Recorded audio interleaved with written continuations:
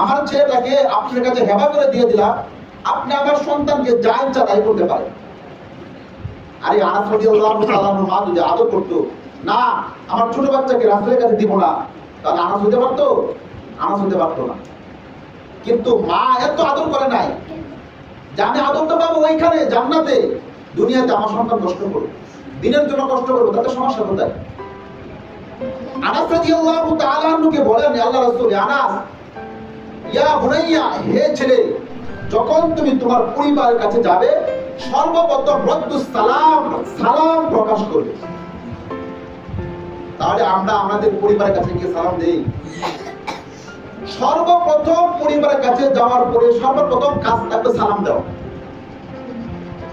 যখন আপনি হাসি মুখে সালাম দিবেন, আপনার পরিবার সকলেই দেখবেন খুশি হয়ে যাবে, অনেক খুশি হয়ে যাবে। যদি তার মনটা বেজারও থাকে, তারপরে দেখবেন খুশি, অত্যন্ত খুশি হয়ে যাবে। দেখা যায় তার মনটা একটু বেজা, আপনার পরিবার, আপনার স্ত্রী মনটা বেজা, কিন্তু যখন আপনি বাসাতে ঢুকবেন আর সালাম দিবেন, তখন আপনার কাছে দুইটা উপকার চলে আসবে। এক নাম্বার উপকার আসবে, শয়তান যে আপনার পিছনে পিছনে যায়, শয়তান আপনার কাছ থেকে সালাম দেওয়ার সঙ্গে সঙ্গে সে ভাগা শুরু করবে। দ্বিতীয় নাম্বার, আপনার স্ত্রী আপনার জন্য অনেক খুশি হয়ে যাবে। আর যদি আপনি সালাম না দেন, দেখবেন প্রায় পরিবারে এরকম কথা আসে যে আমার পরিবার স্বামী স্ত্রীর মধ্যে ঝগড়া কেন ঝগড়া? কোনোদিন মনে হয় না যে তার স্ত্রী বা স্ত্রী তার স্বামীকে কোনোদিন সালাম দিচ্ছে।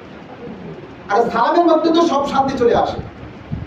যে পরিবারে প্রত্যেক সময় ঘর থেকে বের হয়ে সালাম দেয়, ঢোকার সময় আবার সালাম দেয়, এই পরিবারে কোনোদিন ঝগড়া থাকবে না, কোনোদিন ঝগড়া থাকবে না পরিবারে। দেখা যায় আমি অনেক সময় কোথাও চলে গেলে দেখা যায় অনেক সময় একটু রাগ হয়ে যায়। যখন আমি বাসাতে ঢুকি সর্বপ্রথম আমার কাছ থেকে সালাম দাও। যদি একটু মনটা বেজারও থাকে, তারপর দিকে অনেক খুশি হয়ে যায়। সালাম দেওয়া অনেক অনেক বড় একটা জিনিস। আর আমরা ওই সালাম থেকে অনেক দূরে চলে যাচ্ছি, সালাম থেকে অনেক দূরে চলে যাচ্ছি। যে পরিবারের মধ্যে সালাম এবং সুন্নত তরিকায় চলবে, এই পরিবারের মধ্যে কোনোদিন ঝগড়া থাকবে না, কোনোদিন আল্লাহ তাআলার রহমত থেকে কোনোদিন সে বাইরে হবে না। সর্বদা আল্লাহ তাআলা খাস রহমত ওই পরিবারের মধ্যে থাকবে। আল্লাহ তাআলা খাস